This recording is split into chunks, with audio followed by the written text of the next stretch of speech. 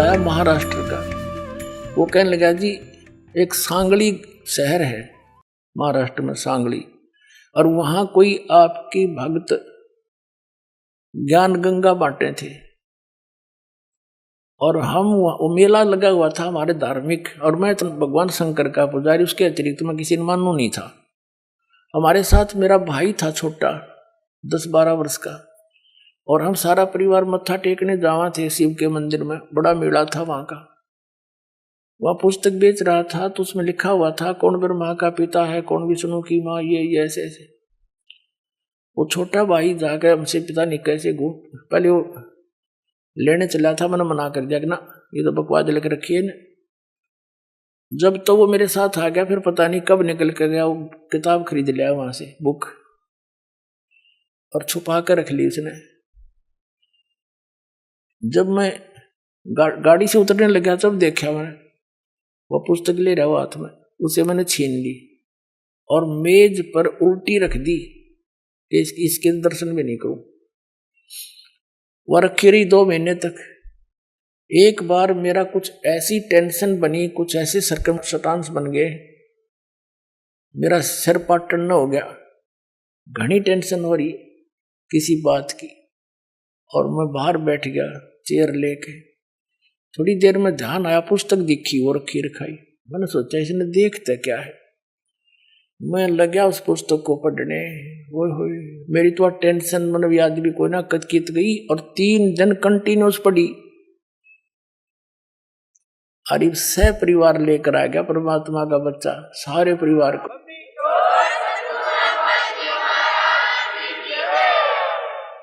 तो ये एक किस्म का परमाणु बन गया ये पुस्तक परमात्मा के ज्ञान की। अब वो उससे फिर रिश्तेदार में जाती है, वहां से ले गया सैकड़ों पुस्तक, सबको दूंगा एक एक, और प्यार से पढ़ाऊंगा, अपने कसम खाऊंगा, बताऊंगा सच्चाई क्या है, मेरे जैसे भ्रमित है सारे। तो पुण्यात्माओं, आप सबका दायित्व बनता है यो कि अपने भूला न राह बतावे, और पहले जब बताना जब आपका विश्वास हो जाए कि दास सच्ची कह रहा है, ना भूल के भी इसका जिक्र ना करना जब तक आपका विश्वास ना हो। और विश्वास तो दास करा के छोड़ देगा, कोई बड़का का लेख है, भगवान के बताया हुआ ज्ञान, इसमें इतनी भी मेन मेख नहीं पा सकती, और ये स्वीकार करना पड़ेगा, एक दिन आएगा। तारा मंडल बैठ कर ये चांद बड़ाई खावे, उदय भया जब सूरज का स्यों तारों छुप जावे। अभी तक हम जिस भी देवी देव ने पूजे थे, हमने वो गणाय में मावान लगे था, और परमात्मा के इस ज्ञान की रोशनी में अब ये सभी ज्ञान ऐसे छुप जाएंगे, ऐसे निष्क्रिय हो जाएंगे, निरस्त हो जाएंगे, जैसे रात्रि के समय तारामंडल के अंदर आकाश में चंद्रमा सुशोभित होता है और सबसे ज्यादा प्रकाश युक्त नजर आता है। जब सूर्य उदय हो जाता है वो रहता विद्यमान है, पर उसका अस्तित्व नहीं रहता, हमारे लिए उसकी आवश्यकता नहीं रहती उस समय। तो अब ये सूर्य का उदय हो रहा है। अभी तो ये समझ लो वो देसी भाषा में झोड़ बोड़ा सा ही है, यानी थोड़ा सा वो सूर्य उदय होने से थोड़ा सा पहले रोशनी होती है। अभी तो इतना होया है यो। अरे देखना जो शिखर में होगा सूर्य, पूरे विश्व में ज्ञान हो जाएगा, ये पूरे विश्व में।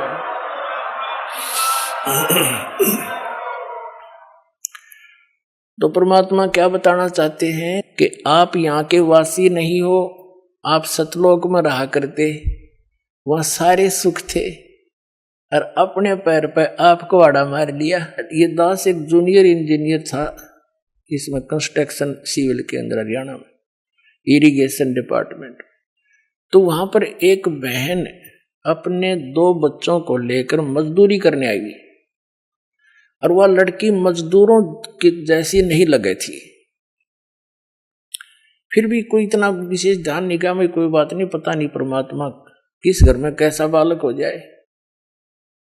फिर वो रो रही थी रोने लगी कुछ देर बाद। दूसरे तीसरे दिन जब हम दोबारा गए, उससे पूछ बैठा, बहन क्या बात है, क्यों रो रही हो?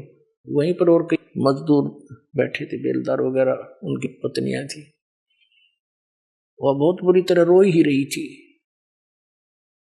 उसने थोड़ी सी देर बाद से फिर बताई साची कि मैं ऐसे ऐसे एक बहुत बड़े घर की बेटी थी, सेठ है मेरा पिताजी, बहुत बड़ा पैसे वाला, और मुझे सारी सुविधा थी, और जो मेरा पति है ये हमारे यहाँ नौकर रहा करता,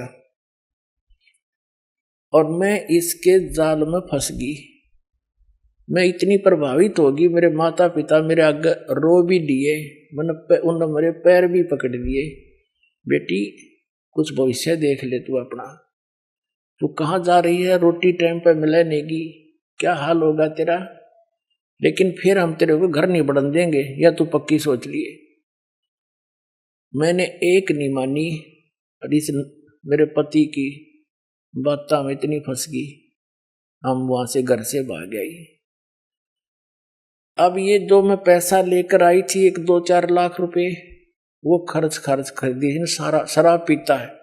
अब मैं मजदूरी करती हूँ और वो मेरे पैसों से शराब पीता है, और बोल लूँ तो मैंने रोज कूटे। अब कोई मेरा वाली वारस रहा नहीं कि तो मैं दुख रोज दूं जाके, मैंने अपने पैर पे आपको आड़ा मार रखे। तो पुण्यात्माओं, आज आपकी वो दशा है, आप उस समर्थ ने छोड़ के इस कंगाल के साथ आ गए, और यहाँ हर एक चीज का टोटा, समय पर टूक नहीं, वर्षा हो जा, 2 दाने हो जा, ना भूखे मर जा, अकाल गिर जा।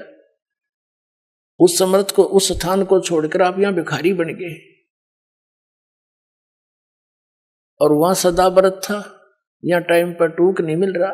90% व्यक्ति दुखी है, यहाँ 90% हैंड टू माउथ है, और कम से कम विश्व के 20-30 बल्कि 40% आदमी मांस खा के गुजारा कर रहे, मछली कोई खाने नहीं, ये खाने की चीज है, नरे पाप कमाने। तो कहने का भाव ये है पुण्यात्माओं, हम गलत स्थान पाएंगे, या वह वस्तु है ही नहीं जो हमने, जिसकी हमें आवश्यकता है, अति आवश्यकता है। किस किस चीज की आवश्यकता है? तो मृत्यु नहीं होनी चाहिए। अगर हमारी मृत्यु ना हो, हम फिर भी से ढीठ हो रहे हैं, कोई दिक्कत नहीं, तो हाथ भी कट जाए, पाँव भी कट जाए, मृत्यु ना होनी चाहिए। अरिया भी कंपलसरी। दूसरा, बुढ़ापा नहीं होना चाहिए, कोई वृद्ध होना पसंद नहीं करता, सारे होंगे। फिर आप देख रहे हो यहाँ सारी सुविधा चाहिए, बड़ी कोठी, सबकी इच्छा है बड़ी कोठी हो, कार हो, पार्क हो, डली हो, सरोवर हो स्नान करने। तो ये सुविधाएं आप यहाँ खोज रहे हो, जहां 7 जन्म भी 100 असंख्य जन्म नहीं पा सकती आपको। ये सतलोक में है, आपकी ज्यों की त्यों रखी है, वहां आपका सारा सामान सुरक्षित है। लेकिन आपकी बुद्धि कद सेट होएगी जिस दिन आपकी बुद्धि यहां से इस ज्ञान से हटेगी। ये ना सोचना दास कोई एक लोक वेद दंत कथा सुना रहा है, या किसी डोम बाट की गाई हुई कथा सुना रहा है।